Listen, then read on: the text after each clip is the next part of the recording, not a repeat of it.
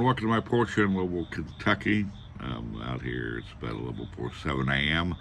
Smoking my little cigar, drinking my coffee. Today I'm going to talk a little bit about caregiving and the trap of family caregiving that you try to avoid at all costs.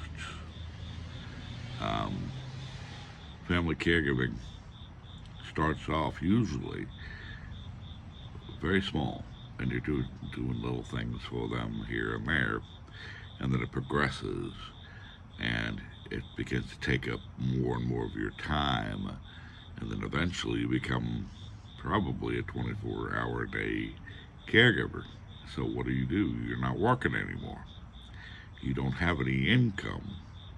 You don't have, you're out of work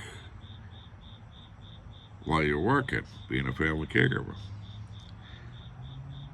You've got to find ways, and I tell people this all the time, if at all possible, keep your job.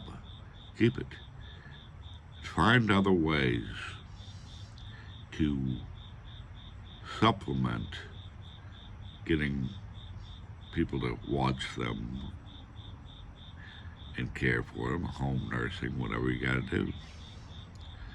Because the trap here is you give up more and more of your life and more of your economic stability, and it's actually better for you to work and make money and get someone else to watch your loved one than it is to do it yourself when you have no income at all. Because unless you can get something like Social Security, SSI, or disability, doesn't have to be disability, get SSI, just for low income.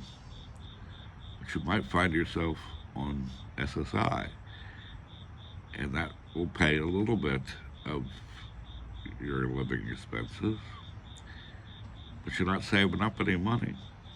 Another mistake people make is they live with your loved one and you split the rent. And that seems fair to you. Or you live with them and they pay the rent and you do the caregiving. That's still not equitable. Because what happens when they end up in a nursing home or die? All of a sudden you're left with nothing or half of something. And so you can't even stay where where you lived, because you were paying half the rent. Now you need to find another roommate, and you don't have the income you used to have because you became a family caregiver. That's Many people find themselves in this situation, and the ones that you find it equitable, they pay all the rent and utilities and all that out of their Social Security, whatever, and you don't have any income. And so now you have nothing once they're gone. In a nursing home or away, they're gone. You've got to plan out these things for yourself, because it's a trap that'll lead to homelessness and worse. Because you become a dependent on your loved one's income. Don't let yourself fall into that trap. Many people have. And even if you have a Social Security disability or Social Security and you're paying half the bills or whatever, you're doing that while doing all the work being a family caregiver. And it's not reflecting the reality of their living and caregiving expenses, which is very important to know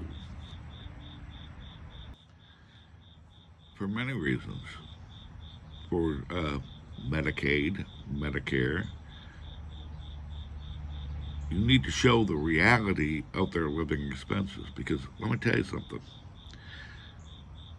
When you're not getting money for doing certain things or doing things. If you're not being paid for it and someone else is doing it, they're going to be paid for it. When your loved one goes into a nursing home after a certain period of time, they take all their Social Security, except for a few bucks. They're getting paid for it. And think about this: if somebody was mowing your lawn, your loved one's lawn, they'd be being paid for it. If they were being the bookkeeper, they'd be being paid for it. When you do things for them for free, you're basically gifting them that amount. I know some people who don't charge their loved one anything, and their loved one lives in their same house with them, and they take care of the food and all this, and and their loved one gets their Social Security check in and banks it. That will come back to haunt you in many ways. And it's also interesting that when they bank the money, it seemed to end up getting gifted to relatives who are not family caregivers. They'll buy many presents for the kids, the grandkids, XXX, and loan money, give gifts to money to other people because they got that surplus. Plus, when they save all that money, their assets build up, and that doesn't help you with Medicaid or Medicare for them later as they need it. And you have to spend down and do all this other stuff. And you have no idea what the reality of their living expenses are, living and caregiving expenses. So, when time comes when they need more benefits and they need more this and more that, you don't have the figures, facts and figures and records to show what the reality of their expenses are because you've been gifting it to them. And like I said, the worst trap is when you give up work and you don't have any other income, you don't have SSI or anything, food stamps, you don't have any of this. And then something happens to your loved one, or they're gone, and you're basically jobless, incomeless, don't have medical coverage. What I tell people all the time is if there's a way to, if your loved one makes enough money, make sure you're getting paid from that money. And just them covering the rent and all that doesn't do you any good if that's the only benefits you're getting, because that's not reflecting the caregiving work that they will require and someone else will be paid for if they're ever doing it. But I do recommend keep your job because it's hard to get a job after years of being a caregiver and not having the records to show income, and you haven't been building up your Social Security. It'll affect your Social Security when you retire. So at all costs, get paid somehow from your loved one for doing things for them, and it's not billing them. It's not. It's not taking from them anything that wasn't going to be taken anyway if someone else had to do it. And even if you've been in this a long time, and you might think it's too late, there are ways you can get some income for taking care of your loved one. There are ways, especially with the VA or something, you might get the VA pension plan where they get more money, or you could take over being the caregiver and get paid from the VA. There are ways you've got to figure out the way to do this and to reflect the reality of their expenses, what it costs for them, even when you're gifting this stuff. But don't leave yourself in a hole, because that's what it is. It's a pit. that you can't crawl out of once your loved one passes. Because once they go get sent to a nursing home, and they're going to keep them, they take all their Social Security, all their income is gone, and other things they go after.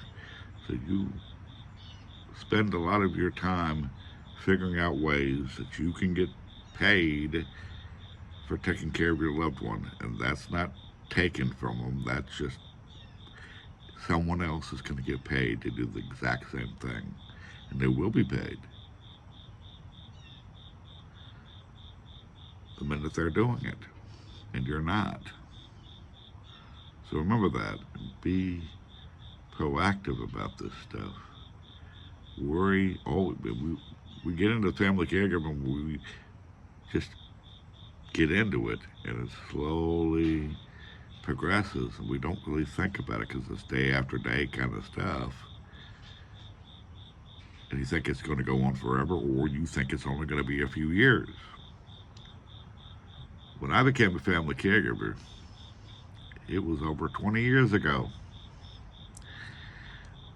And the prognosis for my father was 5 to 10 years maximum. Well, apparently I'm a very good caregiver because my dad is 93 this year and he's still here. And I fell into the same trap. Gave up more and more of my life, and then all of a sudden you found out I'm not working anymore. I've got no income. He needs 24-hour day, basically, someone there all the time. And wait a minute, well, what happens to me? What happens to me now if something happened to him? I'd be broke, homeless, unable to afford the place I was living in. Sneaks up on you. Do what you gotta do to protect yourself, family caregivers. Don't just get lulled into the thing where all of a sudden you're the dependent to your loved one who's dependent on you as a family caregiver. Protect yourself. In any case, I'm going to try to have a good day today, and I hope you have a good day today, and I will talk to you again at another time.